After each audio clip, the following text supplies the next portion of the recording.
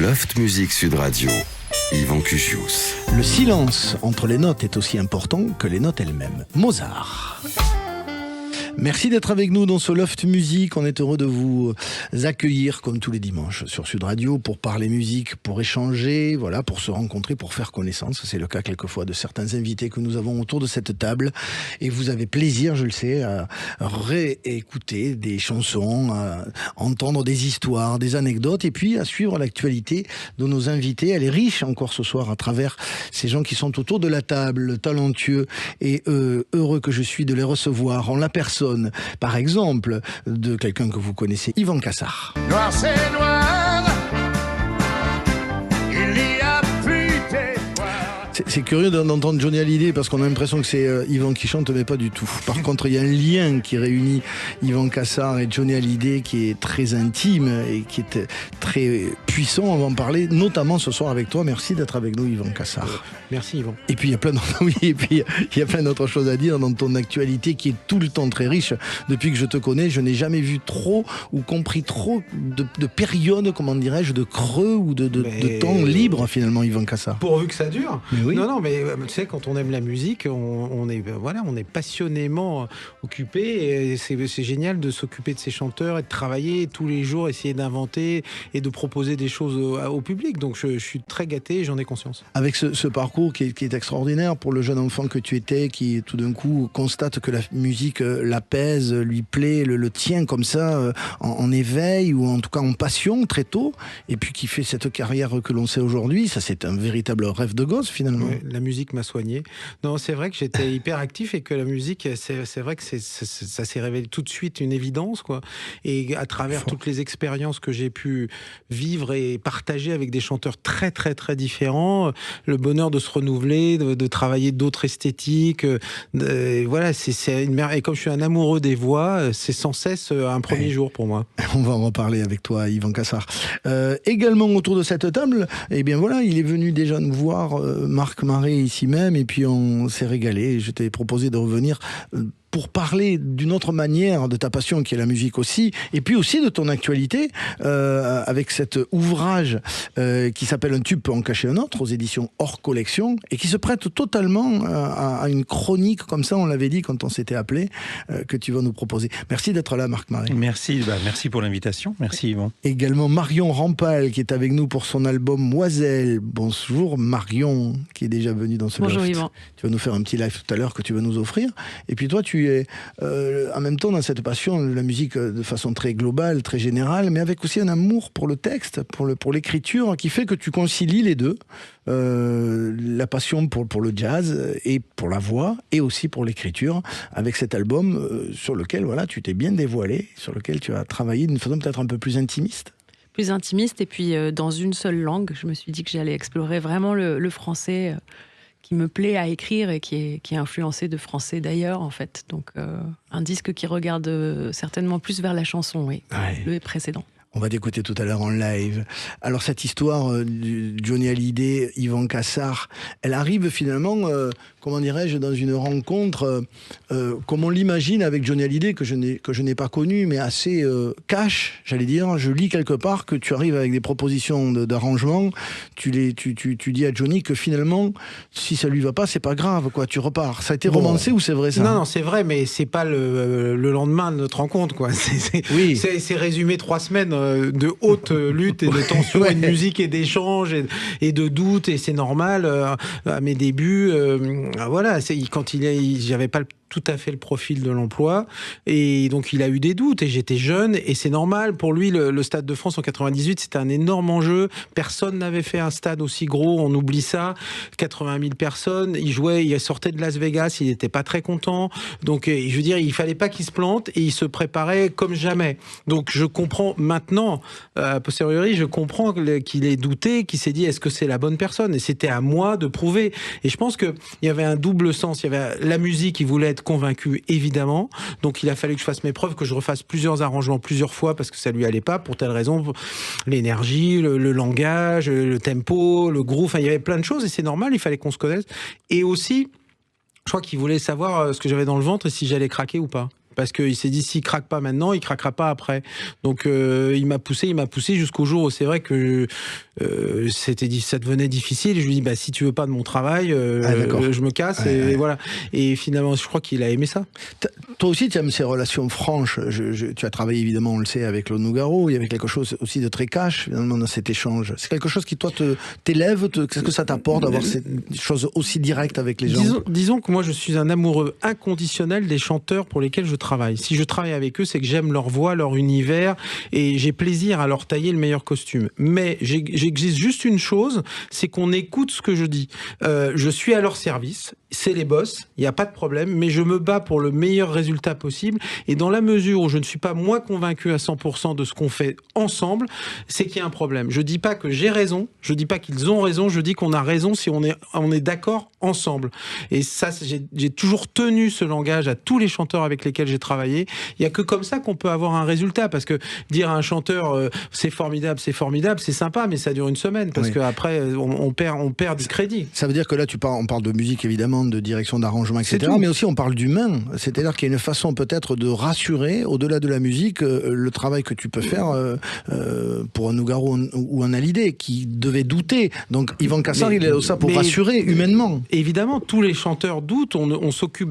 Je dis souvent, c'est des soleils, et ils s'occupent toute la journée de leur répertoire, leur performance. Enfin, on peut pas imaginer le stress que peut ressentir un chanteur. Et moi, je le comprends. C'est bien pour ça que je suis à son service et que je fais tout mon possible pour, évidemment, musicalement être à l'écoute et le faire le mieux possible, mais aussi humainement faire en sorte qu'ils se sentent apaisés et qu'ils se disent bon là, on va dans la bonne direction. C'est bien, c'est normal. On est aussi des psychologues. Ouais. Mais qui te rassure à toi? Qui fait ta psychologie à toi, artistique alors, musicale sur scène? Je me débrouille. Comment on fait pour se débrouiller? Non, mais on se débrouille parce qu'on a des bons collaborateurs. On choisit bien et soigneusement son équipe, les ingénieurs du son, les musiciens, et vous avez le regard des autres, l'énergie qui fait que c'est vrai qu'au bout d'un moment, la fidélité à beaucoup de musiciens et de grands ingénieurs du son. Sur 30 ans, j'ai vraiment eu des équipes, et ça aide beaucoup parce qu'ils vont dans ton sens. Ouais. Et quand tu doutes, ou quand le chanteur doute, c'est dans l'échange, et ils vont t'apporter ce petit supplément d'âme, parce que bien sûr qu'on écrit, et c'est vrai que mon métier c'est souvent d'écrire pour orchestre, mais aussi de manager un groupe quand tu es sur scène. C'est très important comment amener 5, 6, 7, 10 musiciens à jouer le mieux possible et à jouer ce que tu veux pour que le chanteur soit en confiance et soit bien. Ça, c'est une autre palette de mon travail que j'aime énormément, parce que c'est humain et c'est ensemble. C'est pour ça que j'ai fait ça aussi longtemps. Parce que l'énergie d'être ensemble, c'est quand même très sympa plutôt qu'être juste devant sa feuille de papier. Bien sûr. Parle-moi de Grave-moi le cœur, ce titre inédit qu'on retrouve évidemment sur scène, j'imagine. On parlait avec Marc de Love Me Tender tout à l'heure. C'était amusant. Et effectivement, quand Johnny fait un spectacle, un hommage au King à Las Vegas en 96, il répète. Et pendant ces répétitions, il y a un magnéto qui tourne la veille où il chante plusieurs versions de Love Me Tender que j'avais déjà découvert pour le premier album. Et là, on n'avait pas numérisé les bandes. C'est la petite magie avec de l'analogique, parce qu'il y a tellement de bandes que on connaît pas tout. Même la maison de disques Universal découvre des choses parce qu'il faut tout numériser. Et j'ai découvert 3 versions de ce texte en français écrit par Jean Faulk sur Love Me Tender, qui est vraiment sympa et qui est profond, qui change aussi l'éclairage qu'on peut avoir sur cette chanson. On l'écoute.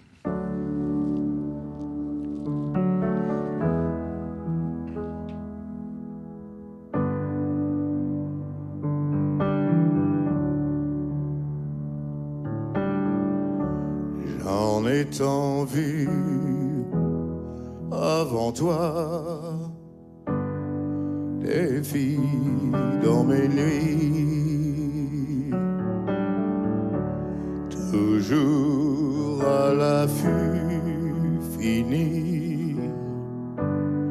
Je te rends mes armes, grave-moi le cœur de ton nom, tue-moi de bonheur, grave-moi au nom de l'amour. Non, je n'ai pas peur, j'étais rien d'autre avant toi qu'un homme sans âme. Regarde, je n'ai plus de l'âme, je t'offre mes larmes. Grave-moi le cœur de ton nom, tue-moi de bonheur. Grave-moi au nom de l'amour, non je n'ai pas peur. Moi le chasseur, lance-moi des flèches de douceur. Et comme un oiseau blessé, mourir à tes pieds. Et grave-moi le cœur de ton nom, tue-moi de bonheur. Grave-moi au nom de l'amour, c'est lui le vainqueur. Grave-moi le cœur de ton nom et tue-moi de bonheur. Et grave-moi au nom de l'amour, c'est lui le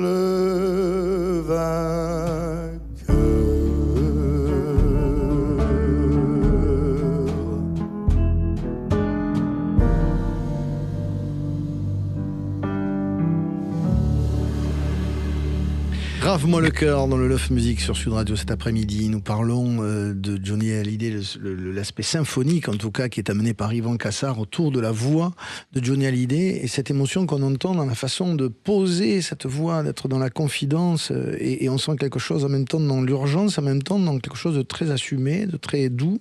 L'émotion est là.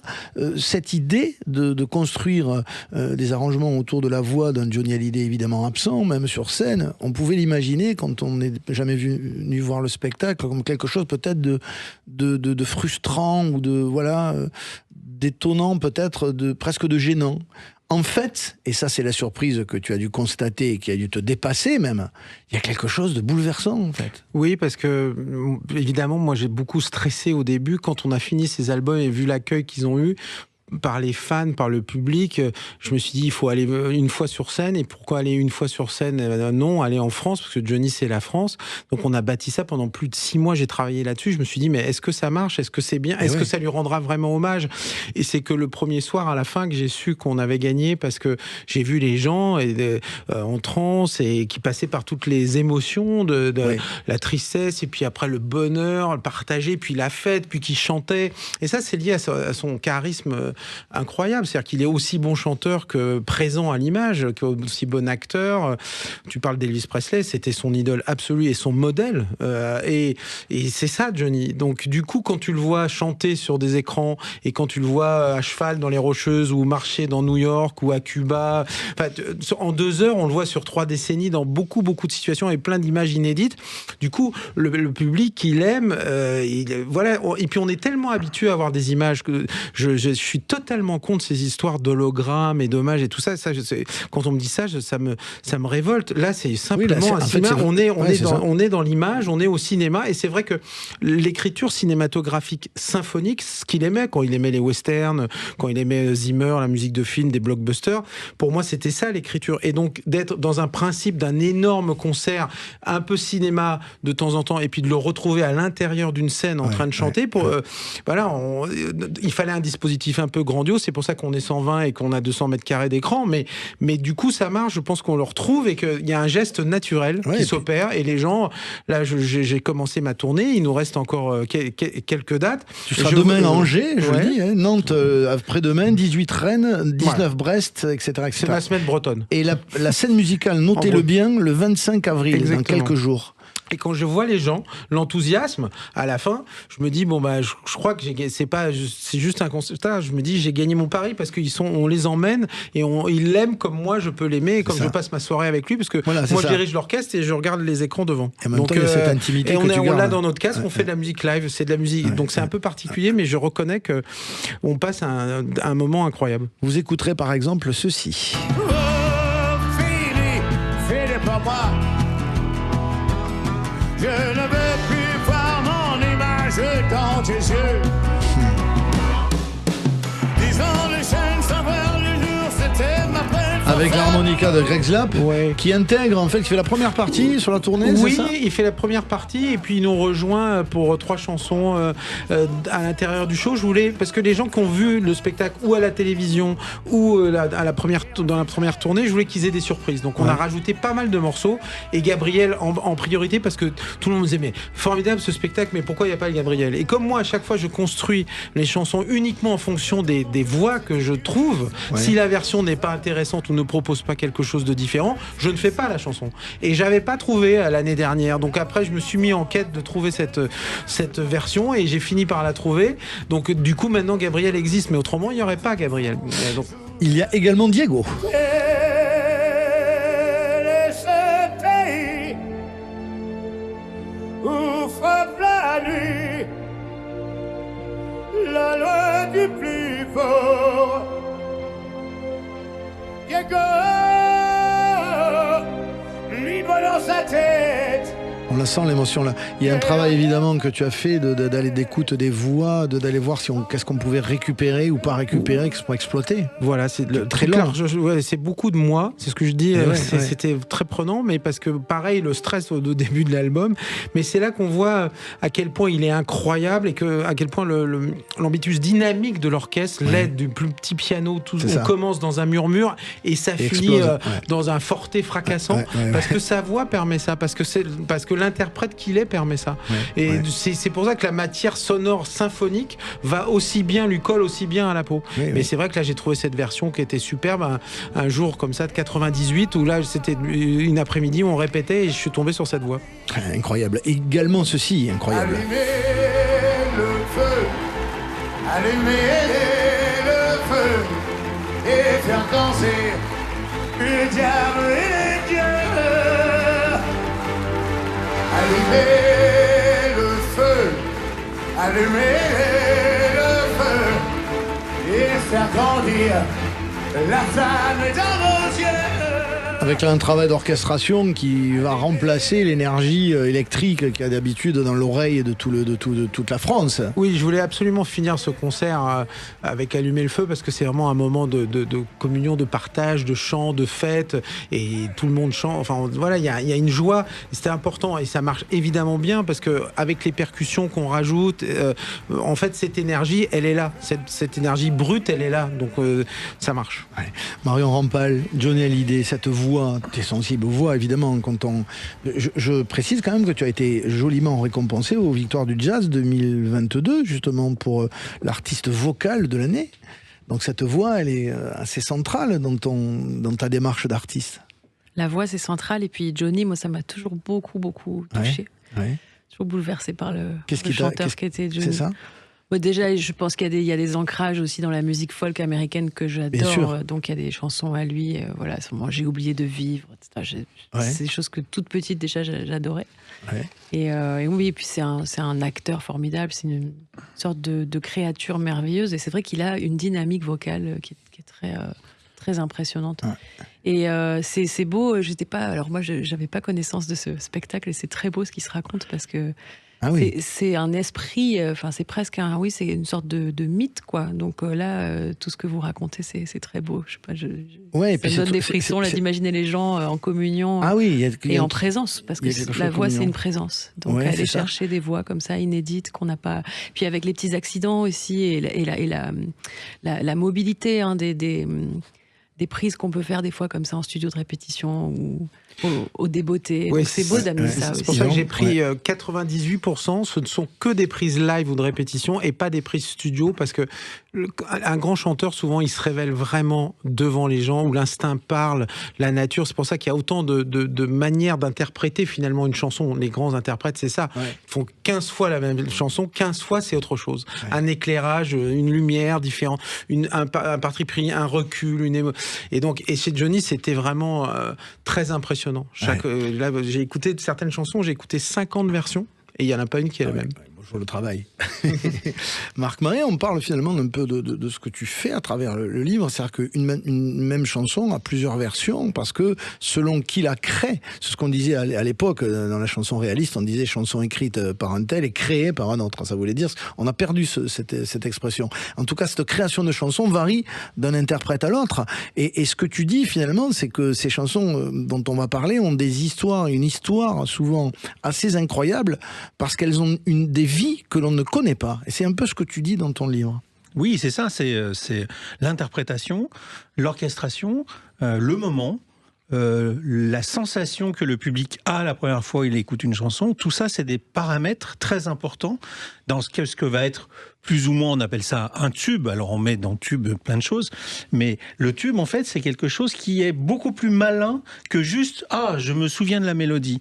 Non, c'est vraiment aussi des variations dans la composition, c'est aussi... Moi, je suis derrière mon poste. Là, vous êtes tous derrière votre poste aujourd'hui. C'est dimanche. Vous passez plein de chansons. Et puis, il y a une sensation à un moment donné. Et en fait, ça nous touche directement au cœur. Et on se dit, ah oui, ça c'est bien. Et puis, quand on sait qu'il y a eu plusieurs versions, qu'en fait, là, on parlait de Love Me Tender. Love Me Tender, c'est une chanson de 1861. Ah oui, c'est fou. C'est un truc de fou. Cette mélodie a été imaginée par un compositeur à l'époque, on disait de jazz. Mais voilà, et ça deviendra Love Me Tender dans Elvis. Et quand on entend les deux versions, on sent... Il y a un fil conducteur, mais l'interprétation, l'instant T où Elvis rentre en studio et livre cette fougue qu'il a, la même chose qu'on ressent dans Johnny Hallyday, ça fait un deuxième tube dans un tube. C'est ça, c'est mystérieux. Après, c'est le talent de Presley ou de ces gens-là qui vont chercher, déterrer des chansons anciennes, ont certainement eux-mêmes ce déclic et ils sentent le potentiel de la chanson. C'est-à-dire que c'est un talent aussi d'aller chercher ça. Ah oui, complètement. Mais alors, sur les premières années d'Elvis, en fait, Elvis, c'était un homme assez délicieux, très amoureux de sa maman.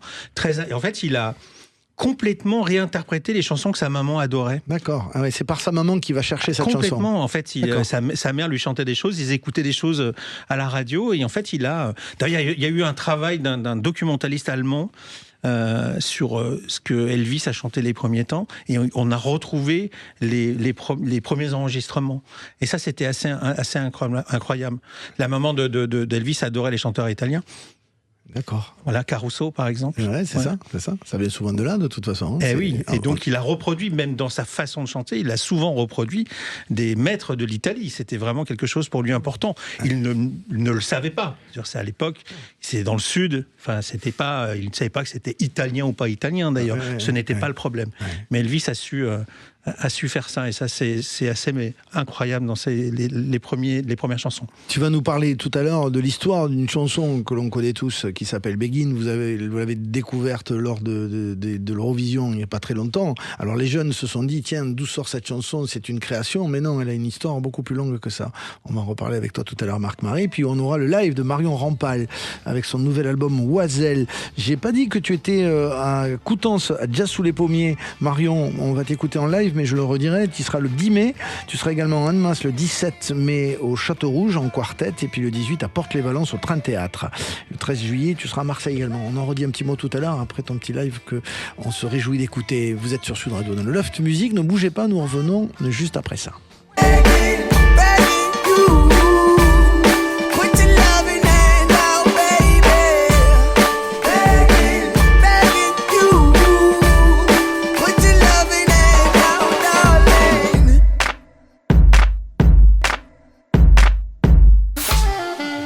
Loft Music Sud Radio, Yvan Cugius. Merci d'être avec nous cet après-midi de dimanche dans le Loft Music sur Sud Radio qui accueille Yvan Cassard.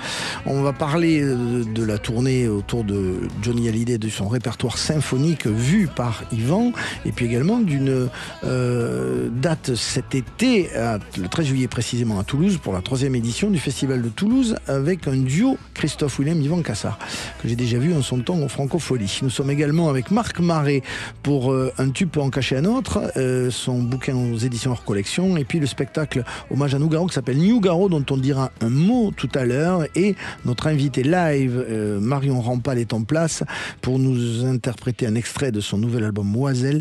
L'extrait s'appelle Tango Bord, elle est guitare-voix dans le loft. On pratique ici l'applaudissement de confiance avant le live. Marion dans le loft.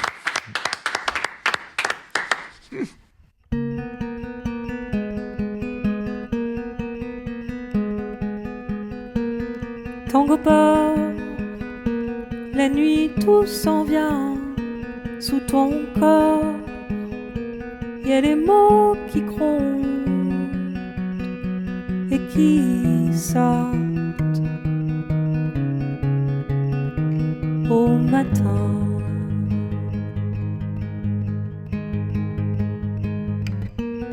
Tango bord, la nuit tout s'en va. C'est ton sort d'aller où tu dois passer mort. L'air de rien.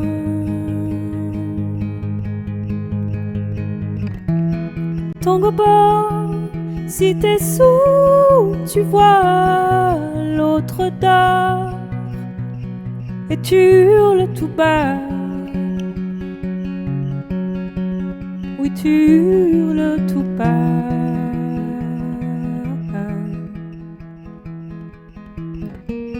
Tango bord, la nuit tout s'enchaîne vers le port. Le feu et la haine ont sonné et l'on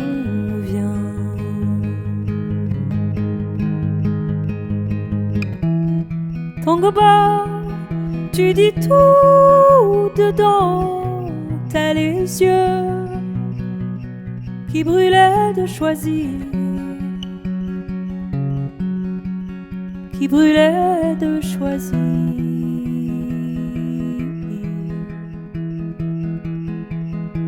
T'es pas mort, tu dis tout d'en bas, t'es pas nous. T'es pas eux ou les autres. T'avais ton mot à dire.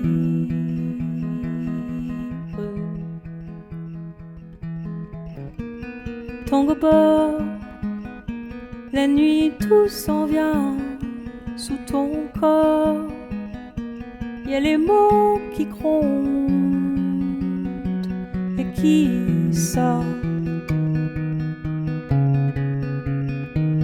au matin.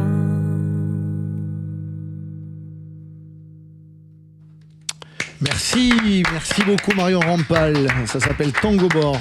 Cet extrait de ton nouvel album Oiselle, cet extrait que tu viens de nous offrir, guitare-voix, avec ces terminologies, ces néologismes. Alors il y a Tango bord, il y a Garouva, il y a oiseau avec un Z, il y a Cool Monde. Il y a une intention comme ça de création d'un langage presque très personnel. J'ai l'impression qu'il symbolise quoi en fait ? Quelle était l'idée ? L'idée depuis un petit moment, c'est de chercher ma langue, que j'ai appelée la langue des cœurs coulés. Donc c'est un français, mais c'est un français qui est beaucoup baigné dans des influences d'Amérique du Nord ou de Louisiane, de la Caraïbe. Tu es beaucoup allé d'ailleurs. Je suis allée pas mal, et pour l'écriture de Oiselle, je me suis beaucoup baladée justement en Acadie, au Québec, aux îles de la Madeleine aussi. Oui, et j'écoute beaucoup des vieux collectages, des vieilles chansons françaises qui ont circulé. Puis pendant des siècles, se sont modifiés, se sont métamorphosés en fait. Là, Tango bord ou Garouva, c'est des mots qui, pendant l'écriture des chansons, sont sortis tout seuls. Donc, plutôt que de Ils se sont imposés à moi et du coup j'ai brodé un petit peu autour de ça. C'est comme si c'était des sortes de mots un peu magiques. Donc il y en a pas mal sur le disque en effet. C'est des noms, c'est un peu des noms d'oiseaux aussi. C'est ça. On voit bien que tu, on reprend finalement la quintessence de la chanson, c'est-à-dire allier le son au sens, quoi. On voit que tu as une approche peut-être par le son, toi, et je sais même pas d'ailleurs si tu l'as par le son ou par le sens. J'aurais tendance à dire que c'est par le son. C'est un peu par les deux. Là, je suis un peu lacanienne moi sur cette histoire-là. C'est un peu par les deux, ouais. Dans Tangobor, je savais que j'avais envie que ça parle d'un personnage très à la marge, d'un personnage très, très perdu, peut-être même perdu pour toujours, quoi. Donc j'avais en tête le partisan de Leonard Cohen, des formes comme ça, et puis Tangobor, c'est sorti tout seul, et ça voulait déjà dire être borderline, être au bord, quoi. C'est ça. Donc j'ai gardé ça, On est sur une évocation justement de l'abandon, de la détresse dans cette chanson. Il y a beaucoup de choses très intimes, effectivement, on le disait tout à l'heure, dans une ambiance très éthérée, comme ça, ou très spacieuse. C'est le morceau qui ouvre le disque et contrairement à, un petit peu dans une évolution par rapport au disque qui a précédé, qui était encore assez blues, assez bayou. Dans la dernière chanson, on faisait référence à l'oiseau aussi. Oui, et il parlait déjà d'oiseau. Ouais. Il y avait déjà la présence de cet oiseau. Voilà, donc je me suis dit, mais je vais m'intéresser à cet oiseau et je vais voir ce qu'il a à me dire. Et il est présent dans le jazz et dans la musique de Stravinsky à Charlie Parker ou Olivier Messiaen. On a Messiaen aussi a beaucoup écrit sur les oiseaux. Leur il est présent dans les vieilles chansons aussi. C'est ça. Dans toutes les vieilles chansons. Et là, en réécoutant même Brassens avec ma fille, je me suis dit, tiens, ou en lisant Prévert avec elle aussi. Je me suis dit, tiens, voilà, plein d'oiseaux aussi. C'est ça, il y a des oiseaux, il y a des oiseaux et des drôles d'oiseaux quelquefois. On écoute dans l'album Oiselle de Marion Rampal, il y a de beaux dimanches. 12 heures puis le reste, on nous retourne à travers temps. Avec Bertrand Belin en invité. Pourquoi le jour m'empêche, un joli chien quitte au matin. Un bluegrass tendance klezmer, par exemple, pour la Grande Ourse. C'est moi la Grande Ourse, celle que l'on course des yeux. Avec une espèce de fantasme de tout quitter, comme ça, et de partir, d'être sauvageonne, quoi, de manger des racines, etc. Quoi. Et puis une vraie histoire racontée par Florence Aubenas, que j'ai lue et qui m'a donné envie d'écrire cette chanson. Il y a également Garouva. Car où tu fais ma belle, car où tu fais ma belle. Dans l'album Oiselle de Marion Rampal, il y a Canard avec Laura Cahen.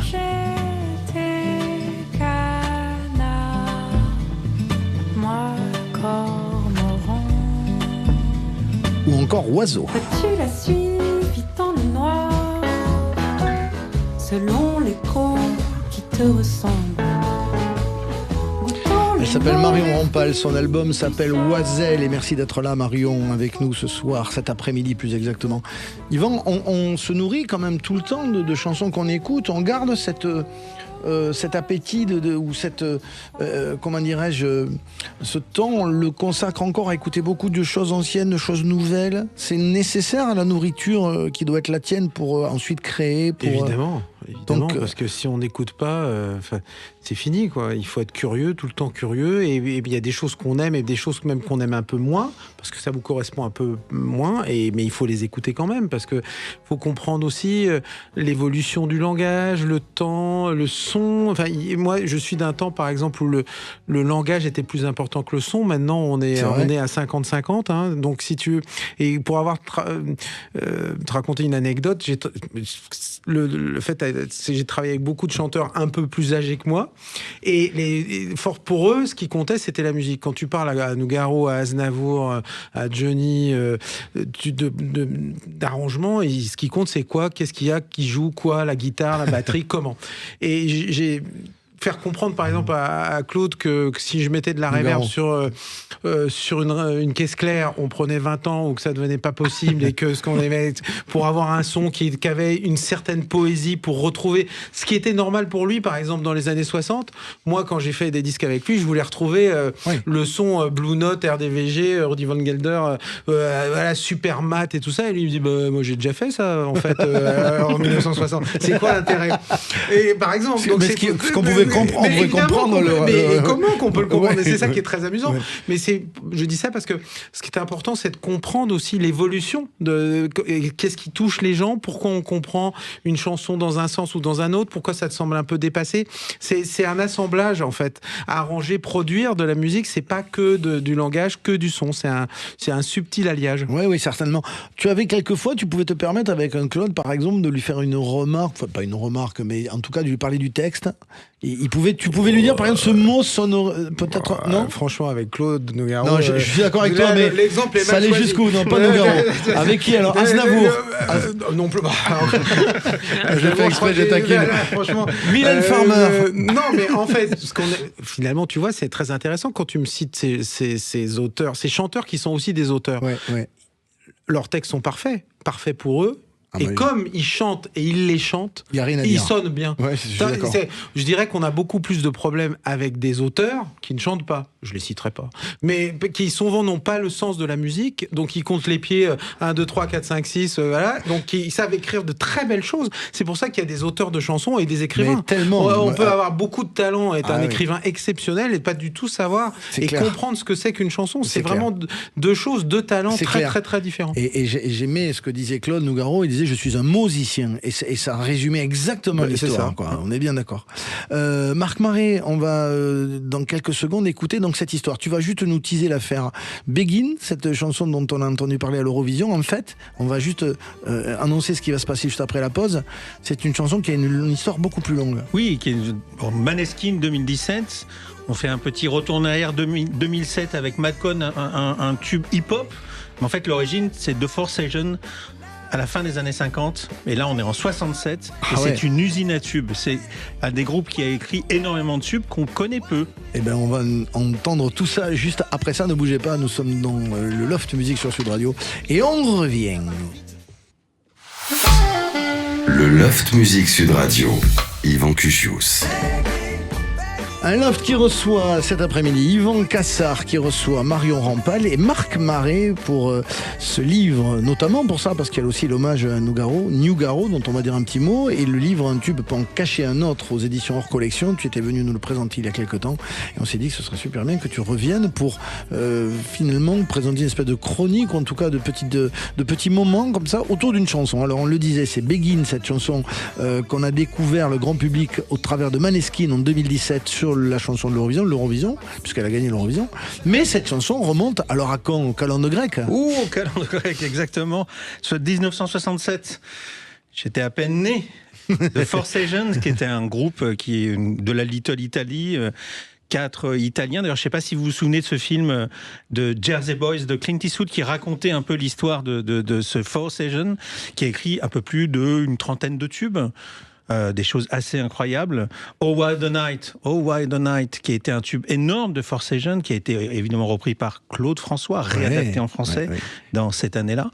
Et là, ce Four Seasons qui naît vraiment d'une rencontre un peu au milieu d'un local de répétition. C'est un peu des petites frappes quand même, les Four Seasons. C'est vraiment, on est vraiment dans la Little Italy des années 50, fin des années 50, début des années 60. Et petit à petit, ils vont enchaîner tube sur tube, qui vont écrire, interpréter, mais derrière se cache toujours quelqu'un, souvent des gens qui mettent en œuvre, qui arrivent à capter les compositions de chacun, et cet homme, c'est Bob Gaudio. Et c'est assez incroyable parce que lui va finir les chansons avec The Four Seasons. Il va ramener, il va donner les touches finales. Donc il a fait Big Girls Don't Cry, Walk Like a Man, Ragdoll, Save It For Me. Peut-être que ça ne veut pas dire grand-chose aux auditeurs là tout de suite, mais allez taper Four Seasons, écoutez ce nombre de tubes. Alors Four Seasons, c'est quoi? Acheter le bouquin de Marc Marais, ça va plus vite. Merci Yvan. Non, mais c'est vrai. En tout cas, on est impatient d'écouter cette version de Begin de 1967. Ah ouais, même idée de début. Eh oui, Ils ont repris le début aussi, quoi. Ah oui, tout.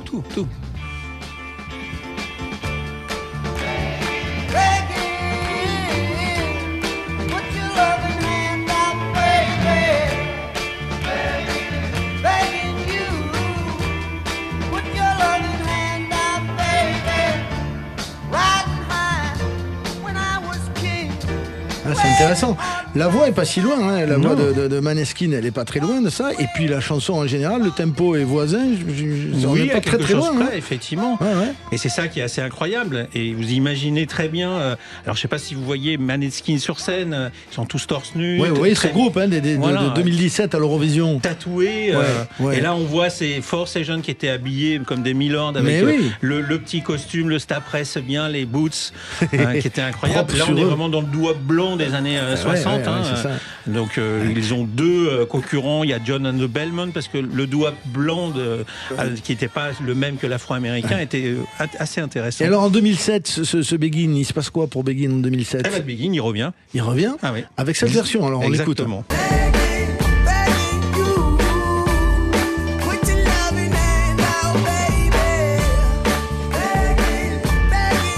40 ans après, 40 ans après, incroyable. la même force, la même puissance dans le son. Et toujours voisin encore, on n'est pas... Oui, toujours voisin, mais en fait c'est ça qui est intéressant. Mais c'est pas du tout le même style, c'est pas. Oui. Alors là, il faudrait voir les C'est Madcon. Madcon. Ouais. Ils sont habillés, ils sont en baggy cette fois-ci. C'est vraiment, on est vraiment dans ce hip-hop là, et c'est assez. C'est ça qui est dit dans ce livre en fait. C'est peu importe. Quand ça traverse une bonne chanson, elle peut traverser les orages, les tempêtes, mais aussi le beau temps, quoi. Oui, c'est ça. On est bien d'accord avec ça. Une bonne chanson, alors ça me fait penser aux bons chasseurs, ou même chasseurs des inconnus. Qu'est-ce que c'est une bonne chanson? C'est éternellement indéfinissable. Qu'est-ce que tu dis quand on te pose cette question, Yvan Cassard? Moi, je dis que ça rend modeste parce que j'ai longtemps cru à mes débuts d'arrangeur que j'arriverais à faire d'une chanson moyenne quelque chose de bien parce que j'étais motivé. Et maintenant, l'âge m'a appris qu'une mauvaise chanson, c'était une mauvaise chanson et qu'on peut rien y faire. Et que ce qui compte d'abord, c'est la mélodie et la grande chanson. Ça, c'est cette osmose particulière entre un timbre et une mélodie ou une accroche de mots, voilà, qui fait que ça devient magique d'un coup et tu sais pas pourquoi. Et ça, c'est ce qui fait aussi la beauté de notre métier. C'est d'avoir le bonheur de travailler sur des petites beautés comme ça et d'en découvrir de temps en temps. C'est ça. Ça, c'est quand même incroyable. Et de surtout pas l'expliquer finalement. Alors ce Nougaro, juste un petit mot, Marc Marais. Ce Nougaro, cet hommage à Nougaro, parce que tu es éditeur, journaliste, on l'a dit. Et là, tu participes à ces hommages nougaresques, notamment sur le jazz à Vienne, le jazz in Marciac, sur un casting assez inattendu autour de Nougaro. Oui, alors en fait, moi je représente les éditions du Chiffre 9, qui étaient les éditions de Claude. Nougaro, ouais. Donc je travaille beaucoup avec la famille depuis quelques années et on avait envie de réunir une scène beaucoup plus jeune, dont Marion fait partie. Oui, Marion Rampal qui est là. Voilà, une scène jazz plus jeune, mais pas que jazz, mais un peu sur l'ouverture que Claude, et ça Yvan peut en parler mieux que moi, sur cette idée toujours d'ouverture musicale. Et donc on est avec Guillaume Anger, le directeur de Jazz à Vienne, directeur artistique, on a imaginé cette scène-là, que ça puisse partir dans de prestigieux festivals. Ouais. Alors avec cette direction musicale, Fred Palem, invité Mario Rampal, Ray Lema, qui a signé une magnifique chanson avec Claude d'ailleurs, Swad Massy, Thomas de Pourquerie, Mélissa Lavo, Sanseverino, Babix, André Mainviel, Jacques Gamblin, etc., pour ces soirées nougaresques. Claude, on est dans l'année de l'anniversaire de la disparition de Claude, des 20 ans. Claude, qui reste pour toi une des peut-être relations les plus fortes, Yvan Cassard. Bien sûr, parce que j'ai vécu une dizaine d'années vraiment d'échanges artistiques, parce que ce qui était intéressant, c'est que il y avait un double effet, c'est-à-dire qu'il y avait Claude, l'écrivain, l'auteur de chansons, et puis et Claude le chanteur. Donc ce qui était passionnant, c'est quand il passait de l'un à l'autre, quoi, et de travailler avec les deux. La nuit avec le poète, et puis le jour avec le chanteur. Ouais. Ça, c'était passionnant. Et bien sûr que Claude, il voulait se réaliser, avoir un public le plus large possible, mais sa nature était là. Donc il y avait toujours cette contradiction entre aller dans le jazz, aller dans l'art, et puis finalement, mais vouloir être populaire. Et c'était intéressant parce que moi, j'étais au centre de ça. Je pense qu'au début, il m'a choisi pour ça, en se disant avec lui, peut-être que je serais un peu plus populaire, parce que je produisais des chanteurs populaires. Et quand je lui ai dit qu'il fallait faire de la bossa, du jazz old school et de la musique africaine. Il m'a regardé en disant mais t'es pas sérieux là, franchement. Voilà. Donc c'est une grande histoire dans ma vie. Oui. Absolument. Marc Marais, donc un tube peut en cacher un autre aux éditions hors collection, et ce spectacle hommage à Nougaro. J'imagine qu'on peut imaginer un tome 2 pour les tubes qui peuvent en cacher d'autres, en fait. Il y a beaucoup d'exemples. Oui, il y a beaucoup. Là, il y en a là, il y a 100 titres que j'ai choisis, mais il y en a à peu près encore une cinquantaine. On va faire évidemment une réédition, j'espère, bientôt. Oui. Mais voilà, avec l'histoire de ces chansons, encore une fois, qui traversent. Alors, il y a une chose aussi qui est importante, c'est qu'il y a aussi des reprises de tubes qui sont pas bien. Faire attention, non, parce que un tube, c'est pas non plus, c'est un tube, donc on l'interprète et à chaque fois, ça fait un succès. Il y a parfois, et je tairai les noms, des reprises de tubes qui sont juste des catastrophes, parce que l'interprète, l'arrangement, parce que voilà, ça, le côté, le petit effet, la petite odeur magnifique du tube, disparaît. Marc Marais, merci d'être repassé, mon Marc. Tu reviendras, tiens. Un tube peut en cacher un autre aux éditions hors collection, et le spectacle hommage Nougaro, dont je vous ai donné les dates tout à l'heure. Marion Rampal, quand on parlait justement de ces reprises, etc., tu partages ta voix, j'allais dire, entre des créations et aussi des reprises. Tu as beaucoup aimé chanter des standards. Du répertoire, mais aussi des airs de classiques, des chansons pas très connues, aussi des chansons françaises, de Pierre Barou, de Brigitte Fontaine. Et puis dernièrement, alors c'est marrant, tu parles de reprises ratées, mais j'ai fait une reprise très clivante que les gens soit adorent, soit détestent, Pendant que les champs brûlent de Niagara. Ah oui. C'est une chanson que j'adorais enfant, et on en a fait une version assez lente, à 3 temps, etc. Dont certains ont dit que le temps que le refrain arrive, on avait le temps d'aller se faire cuire des pâtes. Alors moi, je prends ça comme un compliment. Je sais pas qui a dit ça. Voilà, on a osé quelque chose d'un peu détourné sur Niagara, et en live, c'est un titre qui marche bien. Donc, Merci d'être passé, en tout cas, Marion Rampal. Ton album s'appelle Oiselle. Les dates à Coutances le 10 mai, Annemasse le 17 et Porte-les-Valences le 18 mai prochain. Merci d'être passé, Marion. Et Yvan Cassard, merci de nous avoir fait le plaisir de venir cet après-midi, mon cher Yvan. La tournée autour du Johnny Symphonique, Johnny Hallyday Symphonique, 4 à Dijon, et le 25, notez-le, à la scène musicale à Paris, avec la présence de Greg Slap, on le disait, parmi les nouveautés, parce qu'il y a plein de nouvelles choses dans ce spectacle. Et puis tu seras avec Christophe Willem. Je vous avais vu en duo, je le disais, parce que tu aimes tellement cet exercice du duo, et moi j'adore te voir dans ces exercices-là. J'ai réécouté encore une chanson de Louis Chédid avec Cassard. Waouh, ça tue, parce que le répertoire de Louis Chédid est quand même incroyable, extraordinaire. Je vous invite à aller écouter ce duo qui remettent encore les chansons en avant. Et avec Christophe, je finis la phrase là-dessus, tu avais honoré Michel Berger au Francophonie. Parce que voix de Christophe Willem, voilà, c'est un vocaliste de dingue. C'est vraiment, il a une voix en bas, en haut, fort, il groove, il swing. Enfin, il est à l'aise, il est très à l'aise. Et moi, j'aime bien. C'est vrai qu'on a toujours l'impression qu'il me faut 100 musiciens pour que je m'exprime, mais je suis très heureux juste avec mon piano. Exactement. Alors, vous irez découvrir ce duo Yvan Cassard, Christophe Willem le 13 juillet. Le 7 juillet, pardon, je suis tout coupé. Le 7 juillet, tu m'as dit ? Oui. Le 7 juillet, au Théâtre du Capitole, c'est à Toulouse. À 18h, 19h30. Merci d'être resté. Merci à Yvan Cassard.